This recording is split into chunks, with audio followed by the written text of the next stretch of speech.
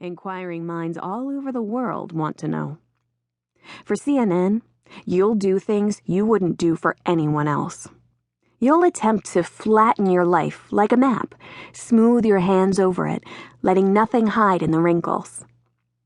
So I put my hands on the keyboard and try to go back to the beginning, to lean all the way over that accordion-folded sheet of memory and identify the start of a year-long wild ride at the far corner of the map. The first time I saw Daniel Everson, I was scrambling on the floor of the Capitol building among papers and sticky notes, trying to gracefully manage a squat in an above-the-knee straight skirt and pumps that were practical enough to say, I'm serious about my work, yet high enough to whisper, I am woman, hear me roar. The suit was my favorite, the perfect thing to wear while posing for an early morning congressional staff photo on the Capitol steps. The papers skittering along the marble floor were in direct conflict with the upwardly mobile fashion choices. They said, this girl's an idiot. Looks like a bomb went off in here. The smooth, deep voice with just a hint of baritone was hardly welcome just then. Neither was the observation. Bomb jokes on the Hill are generally considered bad decorum, even early in the morning when the tourists haven't invaded the place in droves yet.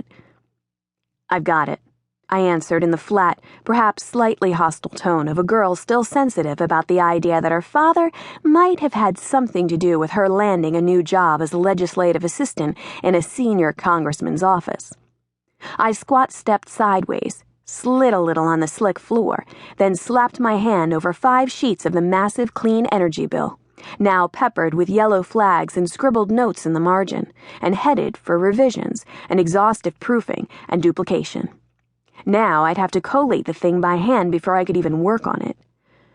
A gust of air whooshed past, the result of the nearby renovations to the Capitol building, and I heard papers tumbling into the cavernous space of the rotunda.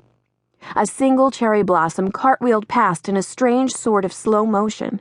2 men in dark suits, engaged in a rapt conversation, circumvented me as if I were invisible.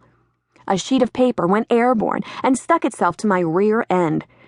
I reached for it, playing an odd game of solo twister, one hand holding the papers on the floor, the other reaching for the piece that was wedged against my backside. My fingers caught it just as another sheet slid past. I pinned that one beneath my remaining foot. Hold on a minute. The man's voice held a friendly little laugh in the undertone. I tried to place the accent. Michigan, maybe.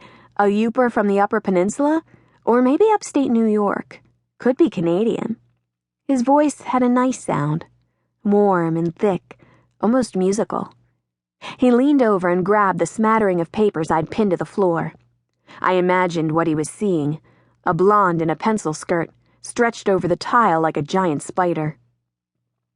It crossed my mind that the bill was fresh from a markup session and definitely not for public consumption. Technically, it was my job to protect it, and when your newly retired father has spent his life in the lobbying business, you know that there are always people skulking around hoping for leaks. No, really, I've got it under control, I insisted. I can see that. He slid the papers from beneath my foot, shuffled them into a stack, and squatted down to tap them on the floor. Handing them back, he looked at me and smiled. And just as in those classic black and white movies on late-night cable, the world stood still. I heard the rising crescendo of music that would accompany such a scene, heavy on the trumpets and violins.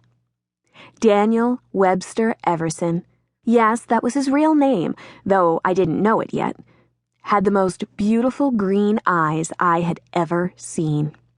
Framed by thick black lashes, they seemed to glow with an inner light that was almost otherworldly. His hair was wavy and dark, long enough to curve around his collar, too non-traditional for Congress. He was wearing a suit, rather well, I might add. Black, with a pale blue button-down chambray shirt and a fairly sedate navy and gray striped tie. I wondered what his business was here. Lobbyist? Tourist who'd somehow sneaked in early? Consultant? I wondered how in the world a person could have eyes that shade. I wondered if he